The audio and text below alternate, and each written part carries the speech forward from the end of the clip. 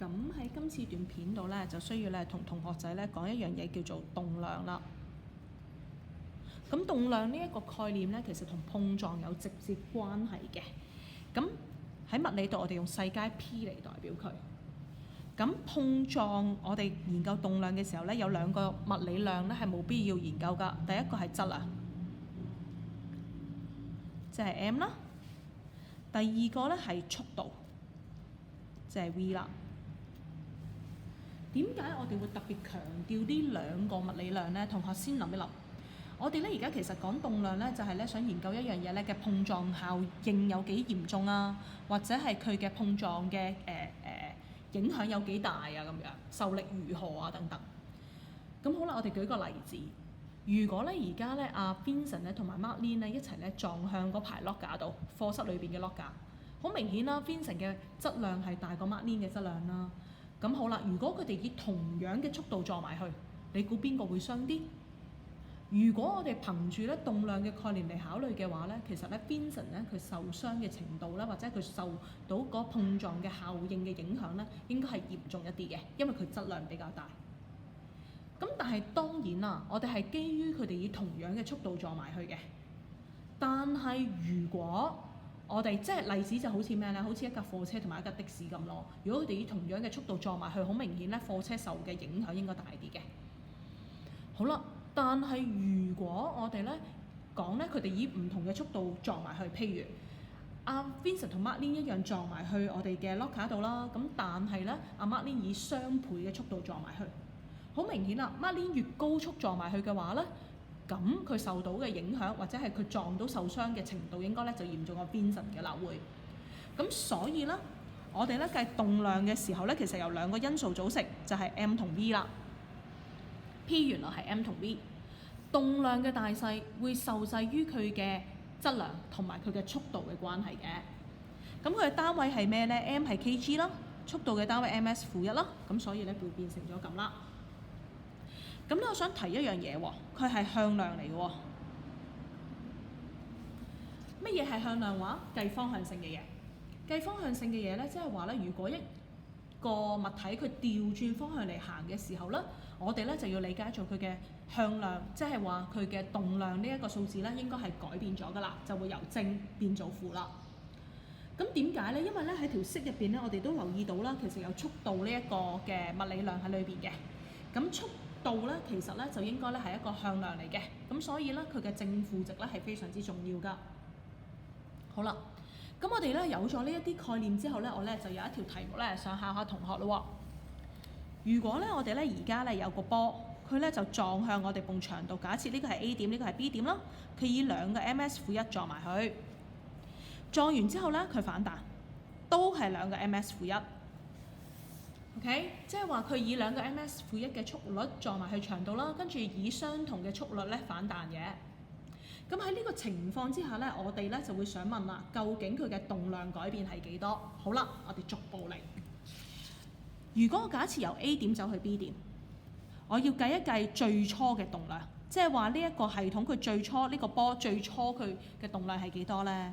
我哋學過 P 係咩話 ？mv。咁佢個 m 係1 kg 當，咁即係1乘2啦。哦，原來最初嘅動量係兩個 kg ms-1。好啦，當我哋撞完由 B 走翻去 A 啦，我哋計佢後嚟嘅動量咯喎，一樣係 P 等於 mv 啦，都係1乘2啦。不過我哋頭先講過啦，佢係一個向量嚟嘅。如果佢係一個向量嚟講咧，即係話方向性係重要嘅。我哋知道走入去嗰陣係2，走出嚟都係2，不過佢應該係-2，因為佢轉咗方向啦。佢嘅速率相同，但係速度係不同嘅。咁所以喺呢個情況之下咧，我哋咧就會出到咧，原來佢嘅末動量咧係-2個 kg ms-1啦。個負號係唔可以燒走嘅。因為咧，佢係顯示我哋個方向性向量嘅特別之處。好啦，咁我真係其實想問乜嘢咧？我哋題目咧就會問動量改變。喂，咁即係成個過程撞之前同撞之後改變咗幾多啊？動量。咁我哋咧物理裏邊中意用 delta 啦。delta 嘅意思就即係差，就好似溫差一樣，我哋用 delta T 啦。好啦，咁 delta P 係幾多啊？delta P 嘅計法應該係末動量啦，減咗我哋嘅初始動量，兩個嘅相差咧就係我哋嘅 delta P 啦。咁末動量而家係幾多啊？-2，初始動量係2，所以原來佢嘅動量改變係-4。咁呢一個概念咧，我要提醒同學係非常重要嘅喎。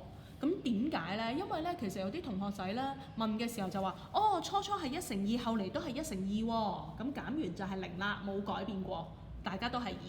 但係原來唔係㗎，係-4啊。原因係因為咧轉咗方向，轉咗方向咧，我哋個 V 咧就要由正數變負數，所以我哋要攞嘅時候咧就係-2減2啦。咁所以咧就會變咗做-4個 kgms-1㗎啦。咁呢一個咧就係動量改變嘅關係，想強調俾你哋聽嘅就係方向係非常重要，動量係一個向量嚟嘅。好啦，咁跟住之後咧，我哋咧要提及少少嘅咧就係乜嘢咧？喺今次段片咧，我淨係會咧俾個名同學仔先嘅啫。咁咧，我哋跟住咧可能會喺課堂或者喺下一段片度咧，我會再教同學一啲深入少少嘅概念嘅。咁我哋咧大家都知道有樣嘢叫做能量守恆啦，喺上課書學過啦。能量守恆就即係佢唔可以創造，唔可以被毀滅，佢只不過轉變形式。咁我哋咧嚟到呢課咧都有動量守恆嘅。咁但係喺講動量守恆之前咧，我想咧先讓同學仔咧知道咧，原來我哋碰撞咧都有幾種形式嘅。咁同學咧先了解咗先，咁我哋之後咧上堂嘅時候咧會再好好地講咧，其實佢哋嘅分別係啲乜嘢嘅。好啦，咁我哋碰撞其實分邊幾種啦？我哋分彈性碰撞啦，非彈性碰撞啦，完全非彈性碰撞啦，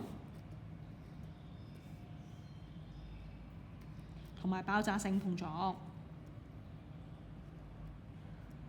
好啦，咁呢幾種嘅碰撞形式咧，我哋咧其實咧喺佢哋嘅動量嘅考慮上邊咧，我哋都會有啲分別嘅。